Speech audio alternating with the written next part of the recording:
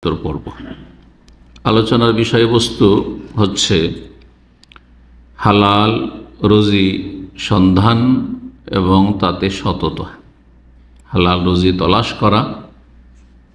করার জন্য সচেষ্ট হওয়া, মেহনত করা এবং তাতে সততা অবলম্বন করা, অর্থাৎ সত্যবাদী হওয়া, মিথ্যার আশ্রয় না নেওয়া, হারামের আশ্রয় না নেওয়া, ধোঁকাবাজি প্রতারণার আশ্রয় না নেওয়া ইত্যাদি।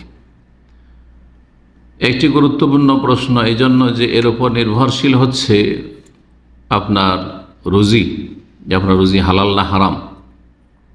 রুজি যদি হালাল হয় আর হালাল রুজি খেয়ে, হালাল আহার খেয়ে যদি আল্লাহর ইবাদতবন্দি করেন, দোয়া করেন, তো দোয়া কবুল হবে। আর যদি হারামের সংমিশ্রণ হয়, হালালও খাচ্ছেন হারাম খাচ্ছেন, তাহলে জাহান্নামে যেতে হবে। রাসূলুল্লাহ সাল্লাল্লাহু আলাইহি ওয়াসাল্লাম সতর্ক করেছেন, আইয়ুমা লাহমিন নাবাতা মিনাস সুহত ফান্নারু আউলা বিহি, যে কোনো রক্ত মাংস যদি তৈরি হয় হারাম খেয়ে, তাহলে জাহান্নাম বেশি তার হক রাখে। এত সোজা বিষয় নয়, জাহান্নামে যেতে হবে। আল্লাহ আমাদের জাহান্নাম থেকে রক্ষা করেন এবং জাহান্নামের রাস্তা থেকে আল্লাহ আমাদেরকে বাঁচিয়ে রাখেন। হালাল রুজি তলাশ করতে হবে, এটি গুরুত্বপূর্ণ কাজ। আর এটার জন্য মানুষকে ওয়াজ নসিহত করা লাগে না। যেমন আকীদা, ইবাদত, আখলাক চরিত্র ঠিক করার জন্য ওয়াজ নসিহত করা লাগে, তারপরে হতে চায় না, কারণ ওদের তো স্বার্থ নেই। আকীদাতে স্বার্থ নেই, আসলে দুনিয়াদারদের স্বার্থ নেই, আল্লাহমুখীদের অবশ্য বড় স্বার্থ রয়েছে, সবচেয়ে বড় স্বার্থ যে আমাকে জাহান্নাম থেকে বাঁচতে হবে, জান্নাত যেতে হবে। আর আকীদা, ধর্মীয় বিশ্বাস যদি ঠিক না হয়, ঈমানের মৌলিক বিষয়গুলি ঠিক না হয়, তো জাহান্নামে যেতে হবে, জান্নাত যেতে পারবে না। কিন্তু অধিকাংশ মানুষ যেহেতু দুনিয়ামুখী, আখেরাতমুখী নয়, জান্নাতমুখী নয়, জান্নাতের পথে আছে না জাহান্নামের পথে আছে, এটা তাদের মাথার ব্যথা নয়।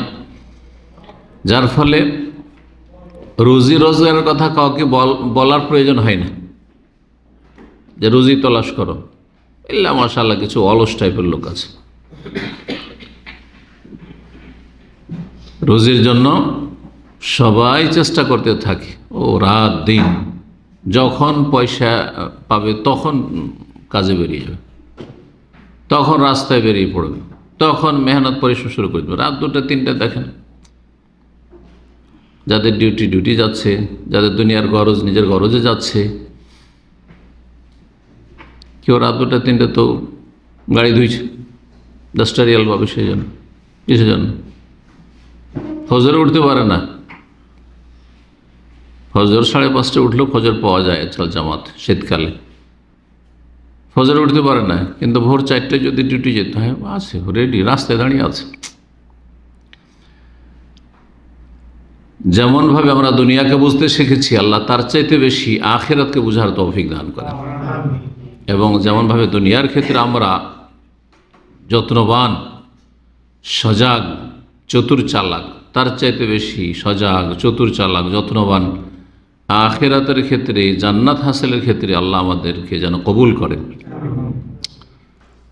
আল্লাহ রাব্বুল আলামিন এই রুজি তলাশকে এত গুরুত্ব দিয়েছেন যে কোরআন কারীমের বিভিন্ন আয়াতে রুজি তলাশ করার কথা তাকিদের সাথে বর্ণনা করেছেন, বরং গুরুত্বপূর্ণ ইবাদতের সাথে সেটি বর্ণনা করেছেন। যেমন সূরা জুমার আয়াত নম্বর 10-এ রয়েছে, আল্লাহ রাব্বুল আলামিন ইরশাদ করেছেন, ফাইযা কুদিয়াতিস সালাতু ফান্তাশিরু ফিল আরদ, যখন সালাত সম্পূর্ণ হয়ে যাবে, নামাজ পড়া হয়ে যাবে। যদিও এখানে প্রসঙ্গ চলছে জুমার সালাত, কারণ এই আয়াত নাযিল হয়েছিল জুমার সালাতকে কেন্দ্র করে, এর শানে নজুল, কিন্তু অন্যান্য সালাতকে শামিল। ফাইযা কুদিয়াতিস সালাত, যখন জুমার সালাত বা অন্যান্য ফরজ সালাতের, ফরজ নামাজের টাইম হলে ফরজ নামাজ যখন শেষ হয়ে যাবে, সম্পূর্ণ হয়ে যাবে, ফান্তাশিরু ফিল আরদ, আল্লাহ বলছেন না যে মসজিদে বসে থাকো, মসজিদে বসে থাকো তো বলছেন না, হুকুম করছেন আল্লাহ রাব্বুল আলামিন, ফান্তাশিরু ফিল, পৃথিবীতে তোমরা ছড়িয়ে পড়ো, কেউ ডানে, কেউ বামে, কেউ এদিকে, কেউ সেদিকে, কেউ পূর্ব পশ্চিম উত্তর দক্ষিণ, যার যেদিকে রুজি আছে জমিনে ছড়িয়ে পড়ো আল্লাহ বলছেন। সবাই একসাথে এক কাজে লাগলে হবে না, যার যেরকম কাজ পোষায়, যেই রকম কাজকে সুবিধাজনক মনে করে, কেউ চাকরি করাকে, কেউ ব্যবসা করা, কেউ হাতের কাজ টেকনিক্যাল কাজকে, কেউ কৃষি কাজকে, যে যেটা, ফান্তাশিরু ফিল আরদ, আল্লাহর জমিনে ছড়িয়ে পড়ো। কিসের জন্য? ওয়াবতাগু মিন ফাদলিল্লাহ, আল্লাহর অনুগ্রহ, এই ফজলুল্লাহ, আল্লাহর ফজল, আমরা কি বলি আল্লাহর ফজলে ভালো আছে, এটা আরবি শব্দ, কিন্তু এই যে ফজলুল্লাহ, আল্লাহর ফজল মানে আল্লাহ রুজি, ফজলুল্লাহ মানে রিজকুল্লাহ, আল্লাহ যে তোমাদের জন্য রুজি রেখেছেন, সেই রুজি আল্লাহর অনুগ্রহ, আল্লাহর বিশেষ রহমত, অনুগ্রহ। না হলে আমাদের ক্ষমতা ছিল না, যে আল্লাহ সহজ করে দিয়েছেন, যে একটু এদিক সেদিক যাচ্ছেন রুজি হয়ে যাচ্ছে, ডিউটি যাচ্ছেন মাস শেষে বেতন চলে আসছে। অনেকে চাকরি নেই, মাসকে মাস চাকরি নেই, অনেকে চাকরি করেও ডিউটি করেও বেতন পায় না। আল্লাহ বলছেন যে ওয়াবতাগু মিন ফাদলিল্লাহ, আল্লাহর অনুগ্রহ মানে রুজি তলাশ করো, সন্ধান করো, রুজি তলাশ করতে হবে, যার যেখানে সুবিধা হয়, সহজ হয়। তাহলে আগে কি, এখানে দেখেন সিরিয়ালগুলো, আগে নামাজ, সালাত, নামাজ আগে, তারপরে দুনিয়া, এটা আল্লাহ শিখিয়ে দিলেন। কিন্তু দুনিয়া অবশ্যই করতে হবে, দুনিয়া অবশ্যই করতে হবে। আল্লাহ আয়াতে বলেছেন, কারুনের ঘটনা বলতে গিয়ে সূরা কাসাসে, ওয়ালা তানসা নসিবাকা মিনাদ দুনিয়া, দুনিয়ায় তোমার একটা অংশ আছে, আপনাদের অংশ আছে, আমার অংশ আছে, প্রত্যেকের অংশ ছাড়া চলতে পারবেন, অচল। যদি কারো চিন্তা না করেন, কোনো দায়িত্ব না নেন, না স্ত্রী বিয়ে করলেন, না ছেলে মেয়ে হইল, না বাপ মা আছে, নিজের পেট তো আছে, ওটা কোত্থেকে আসবে, কেমন খাবে, কতদিন পরে হোটেলে খাবেন আপনি? ওয়ালা তানসা নসিবাকা মিনাদ দুনিয়া, তোমার যে নসিব, তোমার যে অংশ আছে দুনিয়াতে, সেটা উপেক্ষা করিও না, ভুলে যেও না। কিন্তু ওইখানেও তুমি ভালো করো, আহসান কামা আহসান আল্লাহ ইলাইক, আল্লাহ বলছেন, যেমন আল্লাহ তোমার সাথে ভালো করেছে, আল্লাহ তোমাকে রুজির ব্যবস্থা করেছে, রুজি খেয়ে আবার হারাম কাজ করিও না, পাপ করিও না, বেনামাজি ঘুমিয়ে থাকিও না, গুনায় ডুবে থাকিও না, আহসান কামা আহসান আল্লাহ ইলাইক। ঠিক এইরকমই এখানেও আগে সালাত, সে জুমার সালাত হোক, ফরজ হোক, আর তারপরে তখন আল্লাহ রুজি তলাশ করো। আল্লাহ রুজি তলাশ করতে গিয়ে অধিকাংশ মানুষ হারামে ডুবে যায়, অথবা আল্লাহর ফরজ ইবাদত থেকে গাফিল হয়ে যায়, কাজের ব্যস্ততায় নামাজ পড়ার টাইম পায় না। অধিকাংশ বেনামাজিরা এইরকমই বলে থাকে। আল্লাহ সতর্ক করছেন। অথবা নামাজটা পড়ে নিল, 5 ওয়াক্ত নামাজ পড়ে, কিন্তু ব্যবসা বাণিজ্য গেলে তখন হারাম, মিথ্যা কথা, আর 2 নম্বরই কাজ, আর জালিয়াতি, আর কত রকমের কি। তারপরে বেপরোয়া হয়ে যাওয়া, ইনকামের ক্ষেত্রে বেপরোয়া, খরচ করার ক্ষেত্রে বেপরোয়া। ইনকামের ক্ষেত্রে, আয় উপার্জনের ক্ষেত্রে বেপরোয়া, হালাল হলো না হারাম, আর যদি হালালও হয় তো খরচ করার ক্ষেত্রে বেপরোয়া, আমার টাকা আমি যেখানে খরচ করি, এইটাও অধিকার নেই আপনার। শরীয়ত সম্মত জায়গায় খরচ করতে হবে, হারাম থেকে বাঁচতে হবে, হারাম জায়গায় খরচ করা চলবে না। আপনাকে আল্লাহ দিয়েছেন, এটি আমানত। তারপরে হালাল জায়গায় তো অপব্যয় চলবে না, যে কেউ খেতে পায় না আর আপনি একটা দুপুরের খাবারে 50 রিয়াল, আর কারো 5টা রিয়াল জুটে না। আল্লাহ বলছে ওয়াজকুরুল্লাহ কাসীরা, আল্লাহকে বেশি বেশি স্মরণ করো, আল্লাহকে বেশি বেশি স্মরণ করো, লাআল্লাকুম তুফলিহুন, তাহলে সফল হবে, দুনিয়াও ভালো হবে, আখিরাত ভালো হবে। কাজও করলে, নামাজও পড়লে, আল্লাহকে স্মরণ রাখে, আল্লাহর জিকির আজকার করলে, ডিউটি করছো, আল্লাহর জিকির আজকার করছো, লাআল্লাকুম তুফলিহুন, এতে সফল হয়ে যাবে, দুনিয়া তো ভালো, আখিরাত তো ভালো। খুব গুরুত্বপূর্ণ এই আয়াতটি। এ তো সালাতের কথা বললাম, নামাজের সাথে আল্লাহ রুজি তলাশ করাকে একসাথে বর্ণনা করেছেন। নামাজ পড়া হলে রুজি তলাশ করা। হজ, অনেকে আমার দেশ থেকে হজে আসে আর মনে করে যে হজে আসলে দুনিয়াদারি করা যাবে না, কোনো ব্যবসা বাণিজ্য করা যাবে না। এই জন্য আগের যুগে অনেক হাজি সাহেবরা অথবা হাজিদের যারা ওই দালাল টালাল বা মোয়াল্লেম যারা আছে, তারা এসে এখান থেকে ব্যবসা করে যেত, আর মেলা টাকা পয়সা ইনকাম করে নিয়ে যেত। কেউ এখান থেকে স্বর্ণ নিয়ে গেল, ওখানে গিয়ে বেশি দামে বিক্রি করলো, আর কোনো সামান নিয়ে গেল, ওখানে বেশি দামে বিক্রি করলো, মানে ব্যবসা বাণিজ্য করত। তো ওদের সম্পর্ক তো এরা কি হজ করতে গেছে?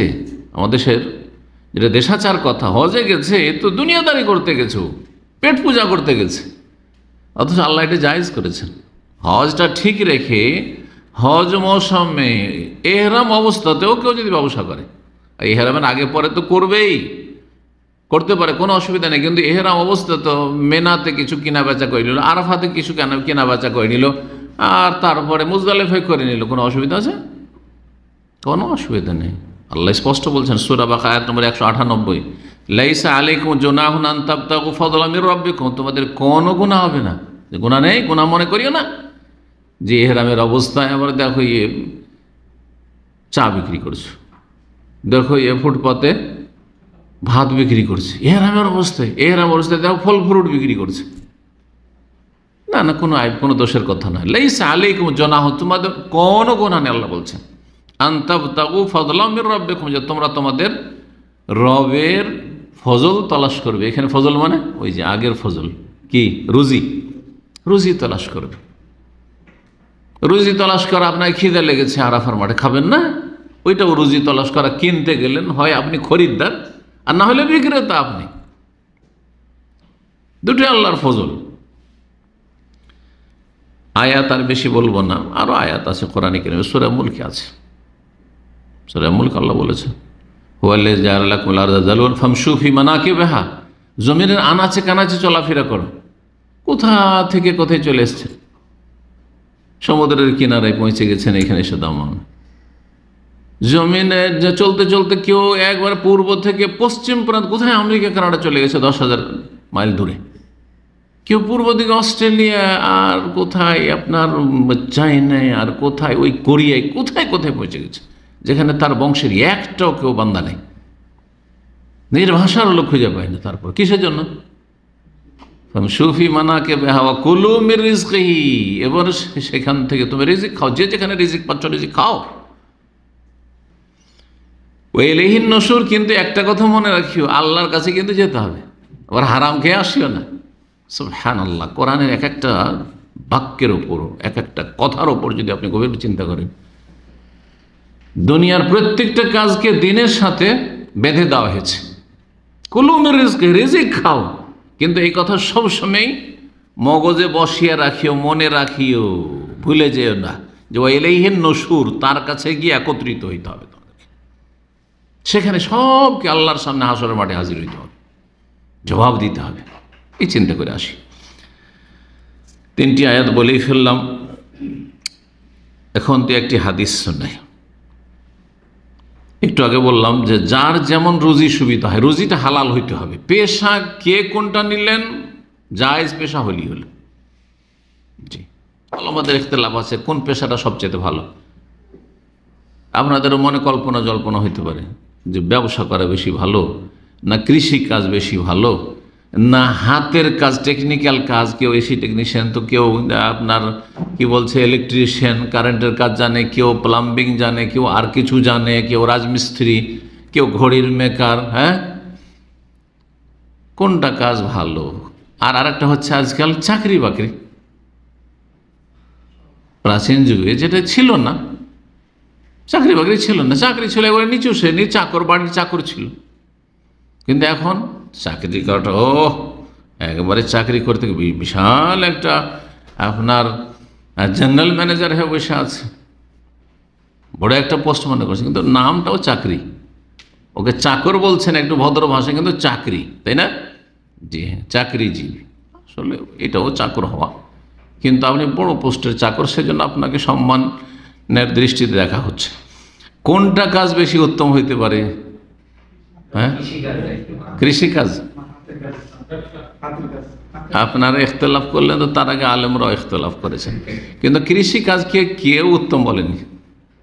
কেউ ব্যবসাকে উত্তম বলেছে, কেউ হাতের কাজকে উত্তম বলেছে।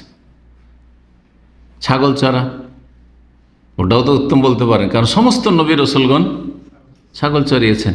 আচ্ছা, ছাগল চড়িয়েছেন নিজেরও, কেউ আবার পরের, তো চাকরি তো করেছেন, তো চাকরিটাও তো এদিক থেকে নবী রসুলগণের পেশা হচ্ছে চাকরি করা। নবী সাল্লাল্লাহু বলছেন যে কোনতো আর আলা লে আলা কারারিত লি আহলে মক্কা, আমিও বকরি ছাগল চড়াইতাম মক্কার যারা বকরি ছাগলের পালের মালিক তাদের কয়েকটা কিরাতের বদলে বিনিময়ে। সারাদিন বকরি ছাগল চড়িয়ে কয়েকটা কিরাত কয়েকটা টাকা দিত। চাকরি করা, তারা সরাসরি চাকরি করেছেন যদি কিছু সময়ের জন্য। সবচেয়ে উত্তম পেশা দাওয়া ইলাল্লাহ, আল্লাহর দ্বীনের দাওয়াত দেওয়া, এটা সমস্ত নবী রাসূলগণের পেশা। এবং এই পেশা হচ্ছে আপনার জান্নাত যাওয়ার জন্য সবচেয়ে ভালো কথা। ওমান আহসানু কওলান, কিন্তু সেই পেশাতে ইখলাস থাকতে হবে। তাতে শর্ত লাগিয়ে দেব, আমি আপনাদের সামনে আজকে যেমন 1 ঘন্টা, কখনো 1.5 ঘন্টা, 1.25 ঘন্টা বক্তব্য করছি, আপনাদের কাছে এত টাকা নেব, তাহলে পারলে আসেন, না হলে আসেন না। এটা পেট পূজা হয়ে গেল। কথা বোঝা গেছে? কিন্তু যদি কেউ দিনের তালিম দিয়ে, সে মাদ্রাসায় শিক্ষকতা করে হোক অথবা দিনের দাওয়াতের কাজ করে হোক, পয়সা নেই আর এইরকম শর্ত না লাগাই, তো সেটা প্রশংসনীয়, কোনো দোষের কথা নেই। যাই হোক, ব্যবসা বাণিজ্য, ওলামারা বলেছেন ব্যবসা বাণিজ্য উত্তম, কারণ মুহাজিরেরা ব্যবসা করতেন। নবী সাল্লাল্লাহু আলাইহি ওয়াসাল্লাম মুহাজির ছিলেন, মক্কা থেকে হিজরত করেছেন। মক্কা থেকে যারা মদিনায় হিজরত করেছিলেন তারা কি ছিলেন? ব্যবসায়ী ছিলেন। নবী সাল্লাল্লাহু আলাইহি ওয়াসাল্লাম ব্যবসায় সামদেশে যান নাই? খাদিজা রাদিয়াল্লাহু তাআলা আনহার মাল সামান নিয়ে? জি হ্যাঁ। আরবরা রেহলাতাশ শিতা ওয়াস সাইফ, 6 মাস সামদেশে, 6 মাস ইয়ামানে, সূরা কুরাইশে রয়েছে, ব্যবসা করতেন। আনসারীরা কৃষি কাজ করতেন, কারণ তাদের বাগান টাগান ছিল। যাই হোক, যে কোনো কাজ করেন কিন্তু আল্লাহর জিকিরে, আল্লাহর ইবাদতে, ফরজ ইবাদত যেন বাধা না হয়। চাকরি করেন আর হাতের কাজ করেন, যে কোনো কাজ করেন, যদি আল্লাহর ইবাদতে বাধা হয় তখন আপনি হারামে ডুবে গেলেন, তখন আপনি জাহান্নামের রাস্তায় চলে গেলেন। দুনিয়া করলেন, আখিরাতকে ধ্বংস করে। আল্লাহ যেন ইবাদত করেন।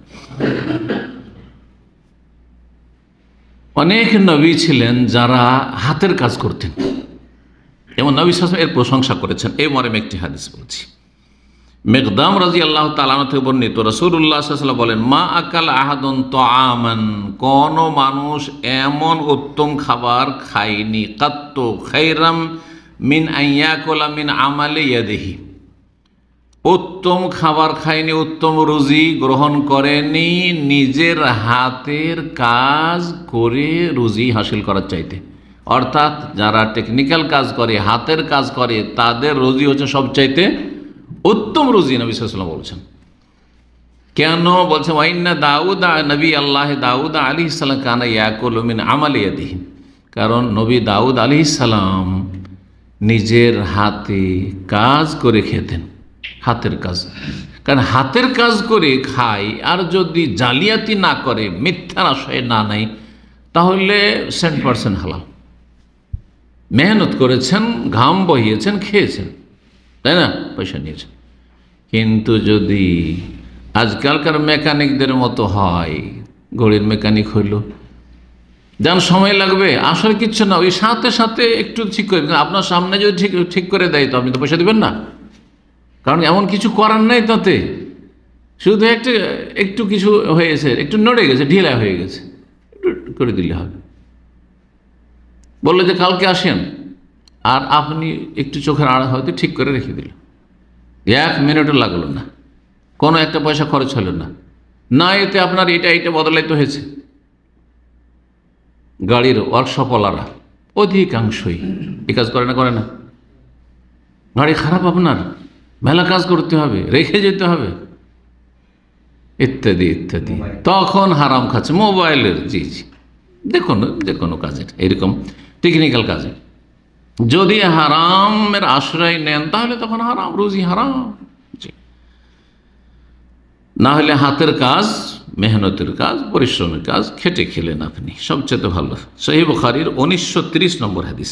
জি, বলছিলাম যে রুজি তলাশে সততা অবশ্যই থাকতে হবে। সততা থাকলে অল্পতে বরকত হবে। অন্তরে সততা থাকতে হবে, কথায় সততা থাকতে হবে, কাজে সততা থাকতে হবে। সত্যবাদী হবেন, মিথ্যার কখনো আশ্রয় নেবেন না। ধোঁকাবাজি প্রতারণা কখনো আশ্রয় নেবেন না। এই মর্মে হাকিম বিন হিজাম রাদিয়াল্লাহু তাআলা আনহু থেকে বর্ণিত হাদিস রয়েছে, নবী করিম সাল্লাল্লাহু আল বাইয়ান বিল খিয়ার, ক্রেতা এবং বিক্রেতা উভয় যে ব্যবসা করছে, একজন কিনছে আর একজন বেচছে, বিক্রি করছে, দুইজনে বিল খিয়ার, দুইজনের স্বাধীনতা থাকবে। নেব না, ঘুরিয়ে দেব, আর দেব না। কতক্ষণ পর্যন্ত এটা থাকবে?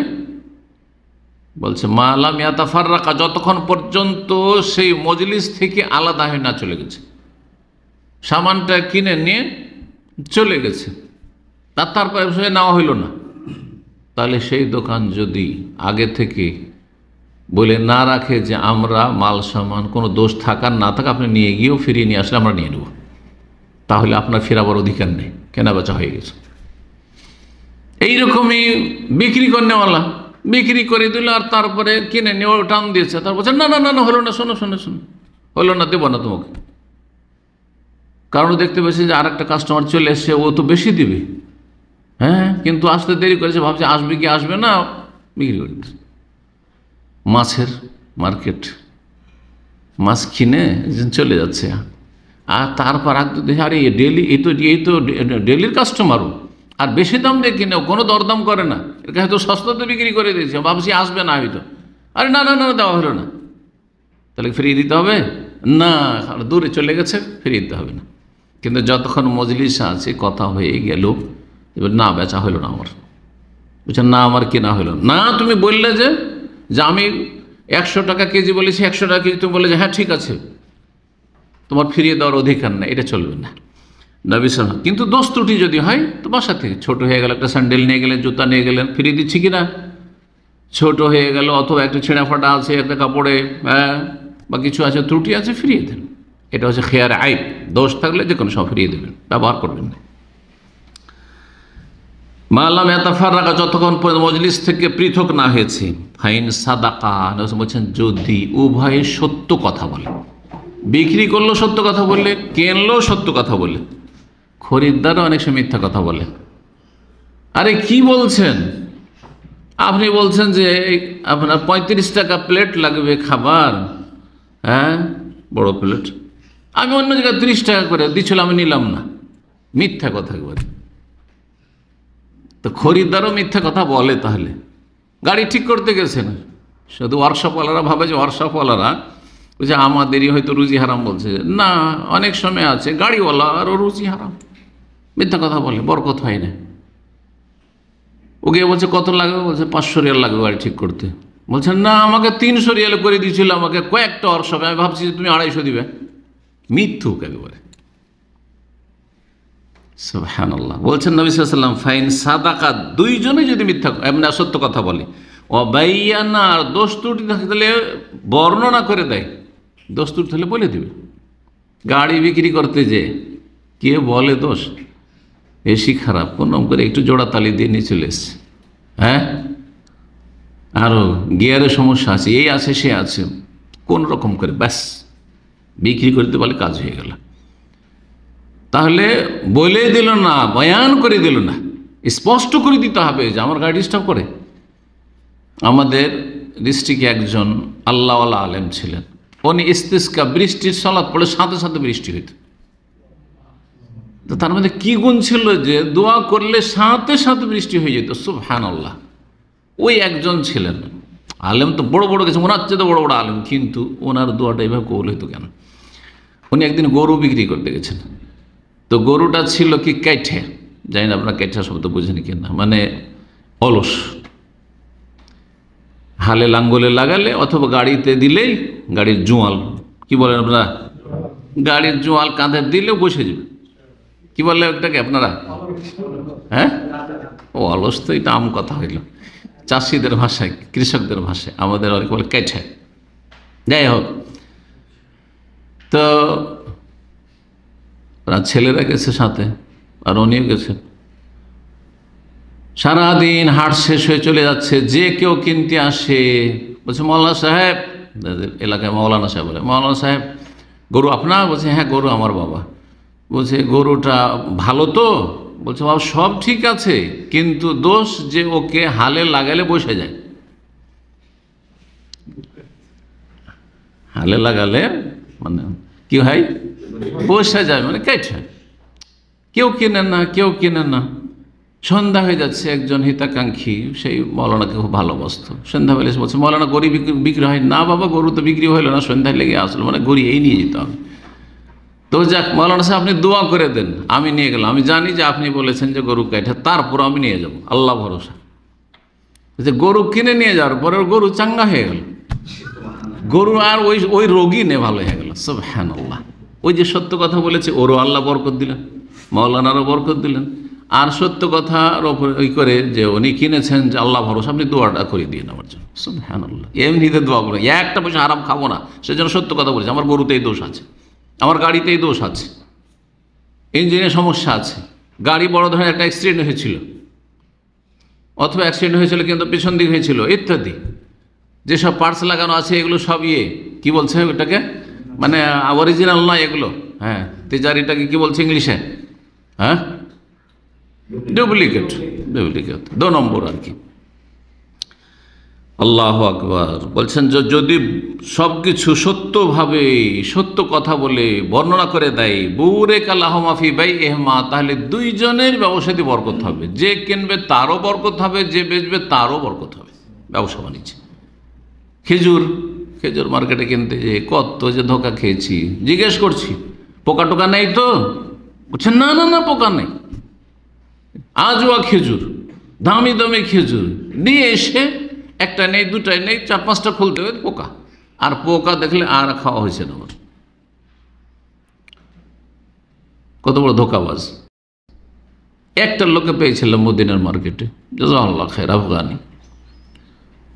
দেখলাম যে দেখি চেহারা ভালো, একটু দায়িত্বে আছে, সত্য কথা বলবে, দেখি তো। গিয়ে বললাম তো সত্য করে বললো, পোকা টোকা নাই তো? তখন আমাকে রহস্যটা বলেছে, যদি পুরাতন গত বছরেরটা হয় তাহলে অবশ্য পোকা আছে, যদি বলে নাই তাও আছে, আর যদি নতুন হয় তাহলে পোকা নেই। ওর কাছ থেকে সে আমাকে বললো যে আমার এইগুলোতে পোকা নেই, আপনি নিতে পারেন, যদি পোকা পান ফিরিয়ে দেবেন। সুবহানাল্লাহ, পোকা পাইনি। জি, তো সত্যবাদী খুব কমই আছে ব্যবসায়। ওয়াইন কাযাবা, আর দুইজনে যদি মিথ্যা কথা বলে, ওয়া কাতামা, আর দোষ ত্রুটি লুকায়, গোপন করে, দোষ ত্রুটি বয়ান না করে, মহেকা বারাকাতু বাইইহিমা, দুইজনের ব্যবসার বরকতকে নিশ্চিহ্ন করে দেওয়া হবে। ব্যবসা করে বরকত হয় না কেন? বরকত চলে যায় বিভিন্নভাবে। টাকা অঙ্কের দিক থেকে অনেক আসলো, কিন্তু কখন একটা গাড়ি অ্যাক্সিডেন্ট হয়ে গেল, তো কখন নিজে অ্যাক্সিডেন্ট হয়ে গেল, বড় ধরনের ক্ষতি হয়ে গেল, কখনো আপনার দেখা গেল যে কি হলো, বড় ধরনের একটা চিকিৎসা, এখন অপারেশন করতে হবে, তো এত টাকা লাগবে, অমুক আর তমুক। জি, এই জন্য একটা আরবিতে বাক্য পড়লাম, হাদিসের কথা নয়, কিন্তু শব্দগুলো হাদিসের নয়, কিন্তু ভাব অর্থটা কোরআন হাদিসের। যার রুজি থেকে গরিব দুঃখী খেতে পাবে না, তার রুজি থেকে ডাক্তারে খাবে। মাল্লাম ইয়াকুল তাআমাহু আল ফকির ইয়াকুলহু তাবিব। যে ফকির গরিব মিসকিনকে খাওয়াবে না, আশেপাশের পাড়া প্রতিবেশীর অসহায়দেরকে, তার টাকা পয়সা ওই ডাক্তারে খাবে, ডাক্তারখানায় খাবে, নার্সিংহোমে খাবে, হসপিটালে খাবে। মুখস্থ করেন কথা, আল্লাহকে ভয় করেন। জি, কোন দিক থেকে টাকা বেরিয়েছে কোনো বরকত হয় না। জি, আল্লাহ যেন আমাদেরকে হেফাজত করেন, দিনের দিক থেকে, দুনিয়ার দিক থেকে, সব দিক থেকে। সহিহ বুখারী 1968 নম্বর হাদিস, সহিহ মুসলিম 2825 নম্বর হাদিস। আর বেশি কথা লম্বা না করে এখানে আলোচনা শেষ করছি। আল্লাহ রাব্বুল আলামিন যেন আমাদেরকে দিনের ওপর রাখেন, হালাল রুজিতে বরকত দান করেন, সত্যবাদী করেন, এবং আল্লাহ রাব্বুল হারাম থেকে বেঁচে থাকার তৌফিক দান করেন। ওয়া সাল্লাল্লাহু ওয়া সাল্লাম আলা নবিয়িনা মুহাম্মদ ওয়া আলা আলিহি ওয়া সাহবিহি আজমাইন।